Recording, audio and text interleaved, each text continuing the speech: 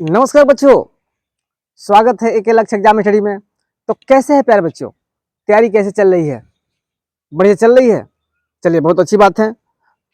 और जानते हैं कि आज 1 मई हो गया है प्यारे बच्चों। नीट एग्जाम 2024 5 मई को होने वाला है। दिन जो है एकदम कम हो गया है, एकदम मतलब कह दिया जाए कि जो बच्चे तैयारी में लगे हैं उसके लिए ये समय जो है प्यारे बच्चों बहुत ही कम है और बहुत ही कीमती है।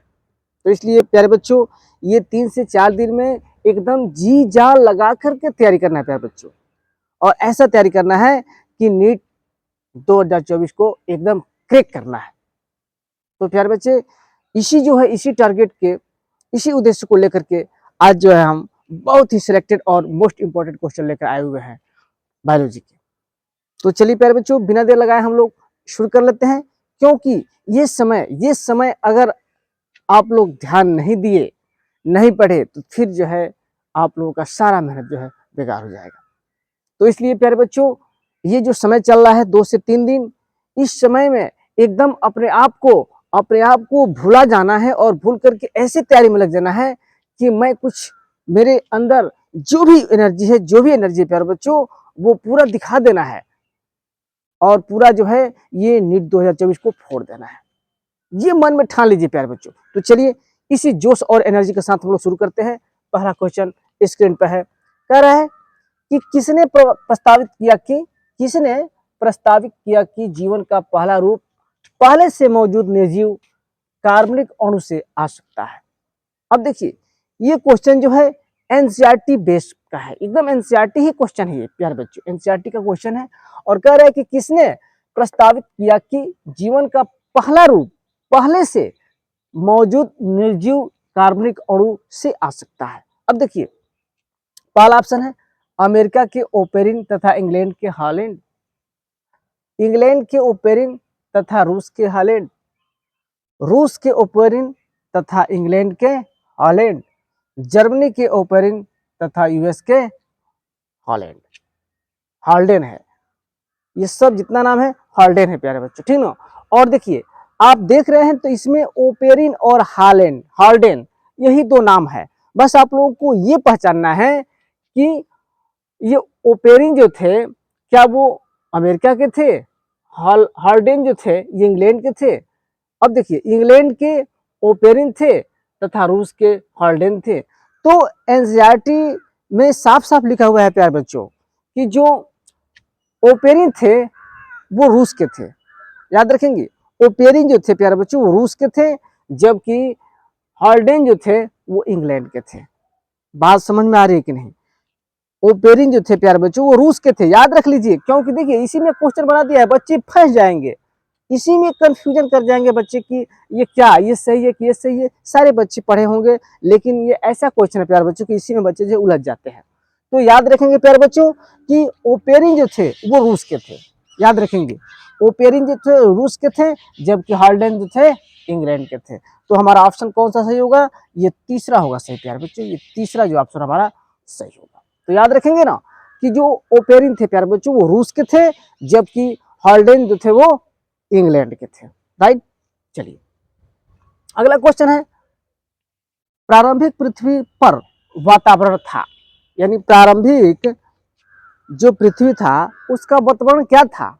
वातावरण अनुपस्थित था कि उपस्थित था कि बहुत घना था कि कुछ हम कह नहीं सकते? ये ऑप्शन दिया हुआ है, देख रहे हैं ना। प्रारंभिक पृथ्वी पर वातावरण था, अनुपस्थित, उपस्थित, बहुत घना, कह नहीं सकते इसके विषय में। तो प्यारे बच्चे याद रखेंगे, प्रारंभिक पृथ्वी पर कोई ऐसा वातावरण नहीं था, कोई ऐसा वातावरण था ही नहीं। तो इस तरह से प्यारे बच्चों, प्रारंभिक पृथ्वी पर जो वातावरण था हम कह सकते हैं कि क्या था? अनुपस्थित था, अब्सेंट था प्यारे बच्चों, अनुपस्थित था। यानी ऑप्शन हमारा ये जो है सही होगा। तो इस तरह से प्यारे बच्चों, इस क्वेश्चन को आप समझे होंगे। उम्मीद है ये पूरा डिटेल में हम बताए हैं और आप समझे भी होंगे। चलिए जल्दी लिखिए, फिर हम नेक्स्ट क्वेश्चन देखते हैं।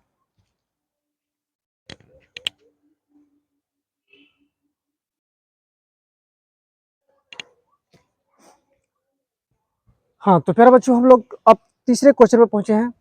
तीसरा क्वेश्चन कह रहा है कि मिलर के प्रयोग के समान अन्य वैज्ञानिकों ने निम्न के निर्माण का अवलोकन किया।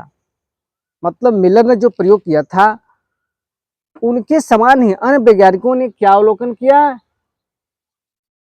शर्करा का, नाइट्रोजन क्षार का, वर्णक और वसा का, या सभी का। यानी जो तीनों ऑप्शन है उन सभी का अवलोकन किया, यानी मिलर के प्रयोग के समान अन्य वैज्ञानिकों ने निम्न के निर्माण का अवलोकन किया। मतलब किसका किसका अवलोकन किया? क्या शर्करा का अवलोकन किया, कि नाइट्रोजन क्षार का किया, कि वर्णक और वसा का किया, या सभी का किया? तो याद रखेंगे प्यारे बच्चों, मिलर के प्रयोग के समान ही अन्य जो जितने वैज्ञानिक थे उन्होंने शर्करा का भी अवलोकन किया, नाइट्रोजन क्षार का भी किया, वर्णक और वसा का भी किया, यानी सबका किया। तो ऑप्शन जो है प्यारे बच्चों चौथा, हम कह सकते हैं कि सभी का किया। ठीक, चौथा क्वेश्चन प्यारे बच्चों कह रहा है कि कौन सा एक लिंगी अंतः परजीवी है? कौन सा जो है एक लिंगी भी है और अंतः परजीवी भी है? क्या वो टीनिया है, क्या फेसियोला है, क्या सिस्टोसोमा है, या मच्छर है? तो प्यारे बच्चों याद रखेंगे कि जो टीनिया होता है, फेसियोला होता है और मच्छर होता है, ये तो सब जो है क्या होते हैं? इसमें कह रहा है कि एक लिंगी अंतः परजीवी। तो टीनिया भी नहीं होता है एक लिंगी, फेसियोला भी नहीं होता है और मच्छर भी नहीं होता है। होता है तो क्या होता है प्यारे बच्चों?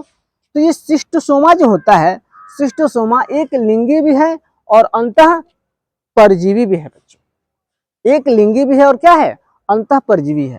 तो इस तरह से प्यारे बच्चों ये जो थर्ड होगा ये राइट होगा, यानी चौथा का थर्ड सिस्टोसोमा, यही जो है ये एक लिंगी भी है और अंतः परजीवी भी होता है। पांचवा क्वेश्चन कह रहा है कि उत्तक स्तर का शारीरिक संगठन पाया जाता है।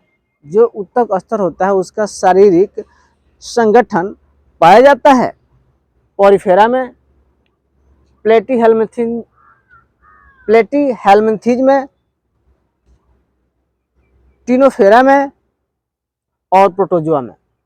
यानी उत्तक स्तर का शारीरिक संगठन पाया जाता है इन चारों में से किसमें पाया जाता है? तो याद रखेंगे प्यारे बच्चों, जानकारी के लिए हम बता दें कि न तो पॉरीफेरा में पाया जाता है, न प्लेटीहेल्मिन्थीज में पाया जाता है और न ही प्रोटोजोआ में पाया जाता है। तो पाया किसमें जाता है प्यारे बच्चों? तो उत्तक स्तर का जो शारीरिक संगठन पाया जाता है वो टिनोफोरा में पाया जाता है। ये आपका ऑप्शन थर्ड जो है सही होगा। तो इस तरह से प्यारे बच्चों इस क्वेश्चन को जल्दी लिख लीजिए या स्क्रीनशॉट ले लीजिए, फिर हम लोग आगे बढ़ते हैं।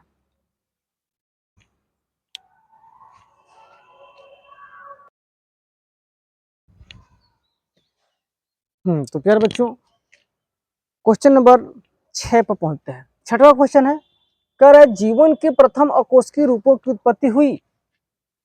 जीवन के प्रथम कोशिकी की बात नहीं कर रहा प्यारे बच्चों, अकोशिकी की बात कर रहा है। तो जीवन के प्रथम अकोशिकीय रूपों की उत्पत्ति हुई 3 बिलियन ईयर्स आफ्टर, यानी 3 बिलियन वर्ष पूर्व। बाद आफ्टर मतलब क्या होता है? आफ्टर यानी बाद हुआ, आफ्टर।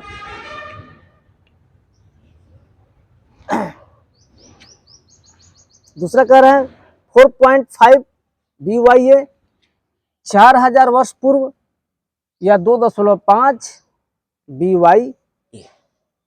यहां ध्यान देना है प्यारे बच्चों, यहां जो है ध्यान देना है कि जीवन के प्रथम अकोशिकीय रूपों की उत्पत्ति हुई थी। तो प्यारे बच्चे याद रखेंगे जब भी अकोशिकीय पूछे, कोशिकीय नहीं अकोशिकीय पूछे, तो याद रखेंगे 3 बिलियन वर्ष पूर्व। ये ऑप्शन जो है आपका सही होगा प्यारे बच्चों। तो इस तरह से याद रखेंगे कि जीवन के प्रथम अकोशिकीय रूपों की उत्पत्ति जो हुई वो 3 बिलियन वर्ष पूर्व हुई थी। चलिए, सातवां कह रहा है कि प्रारंभ में सभी जीवन प्रारूप निम्न में से थे। यानी जो प्रारंभ में जीवन संभव था या जीव की उत्पत्ति हुई, प्रारंभ में सभी जीवन प्रारूप निम्न में से थे। केवल वायु में, केवल पानी में, वायु और जल दोनों में, या भूमि पर। तो याद रखेंगे प्यारे बच्चों कि जो जीवन की उत्पत्ति हुई प्रारंभ प्रारंभ में वो पानी से हुई। किससे हुई प्यारे बच्चों? पानी से हुई। तो याद रखेंगे केवल पानी, केवल पानी। यानी प्रारंभ में सभी जीवन प्रारूप निम्न में से थे, तो किसमें थे? केवल पानी में से। 8वां क्वेश्चन है सिलिंड्रेटा में नीडोब्लास्ट, याद रखेंगे प्यारे बच्चों, जो सिलिंड्रेटा वर्ग के प्राणी हैं उसमें नीडोप्लास्ट का कार्य कौन सा नहीं है प्यारे बच्चों, नहीं वाला ऑप्शन को देखेंगे हम, नहीं वाला, है वाला नहीं। तो याद रखेंगे सिलिंड्रेटा में नीडोप्लास्ट का जो कार्य होता है वो चिपकने का होता है, बिल्कुल होता है। गमन व सुरक्षा का, बिल्कुल होता है, चलने गमन करने का भी और सुरक्षा प्रदान भी करता है, कौन, नीडोब्लास्ट। शिकार को पकड़ने का, एकदम बिल्कुल सही होता है, शिकार को पकड़ने का भी कार्य करता है। और उसके बाद से चौथा कार्य है कि भोजन का संचय नहीं। ये जो नीडोब्लास्ट होता है प्यारे बच्चों, ये भोजन इकट्ठा या संचय करने का कार्य नहीं करता है, बल्कि ये तीनों कार्य करता है, चिपकने का भी कार्य करता है, गमन व सुरक्षा प्रदान करता है, शिकार को पकड़ने का भी कार्य करता है, लेकिन भोजन का संचय नहीं करता है। और नहीं वाला ऑप्शन ही चाहिए हमको, क्योंकि कह रहा है कि सिलिंड्रेटा में नीडोप्लास्ट का कार्य कौन सा नहीं है, तो नहीं में कौन है, भोजन का संचय नहीं करता है प्यारे बच्चों, इसलिए हमारा ये चौथा ऑप्शन जो है ये होगा सही। चलिए जल्दी लिखिए, फिर हम लोग आगे बढ़ते हैं।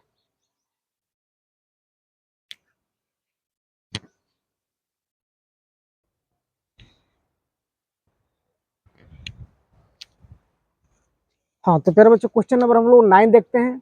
9 कह रहा है कि डार्विन के अनुसार योग्यता संदर्भित करता है व्यवहारिक योग्यता का, प्रजनन क्षमता का, संघर्ष की योग्यता का, सभी योग्यता प्रारूप। तो प्यारे बच्चों डार्विन का नाम आप लोग सुने हैं, कह रहे कि डार्विन के अनुसार योग्यता संदर्भित करता है, तो व्यवहारिक योग्यता का भी नहीं करता है, संघर्ष की योग्यता का नहीं करता है, और सभी योग्यतम प्रारूप, यानी ये जो ऑप्शन है प्यारे बच्चों प्रजनन क्षमता का ही संदर्भित करता है। ये क्या, प्रजनन क्षमता, यानी डार्विन के अनुसार योग्यता संदर्भित करता है किसका, तो प्रजनन क्षमता का। तो याद रखेंगे प्यारे बच्चों ये ऑप्शन जो है दूसरा सही होगा 9वां क्वेश्चन का। 10वां क्वेश्चन है निम्नलिखित में से कौन सा कारक हार्डविन वर्ग के संतुलन को प्रभावित नहीं करता है प्यारे बच्चों, नहीं करता है, ये नहीं वाला ऑप्शन को याद रखेंगे प्यारे बच्चों। तो निम्नलिखित में से कौन सा कारक हार्डविन वर्ग के संतुलन को प्रभावित नहीं करता है, पहला है जीन प्रवास, दूसरा है प्राकृतिक चयन, तीसरा है आनुवंशिक बहाव, चौथा है आनुवंशिक सांख्यिकी प्रतिकृति। तो याद रखेंगे प्यारे बच्चों ये जो है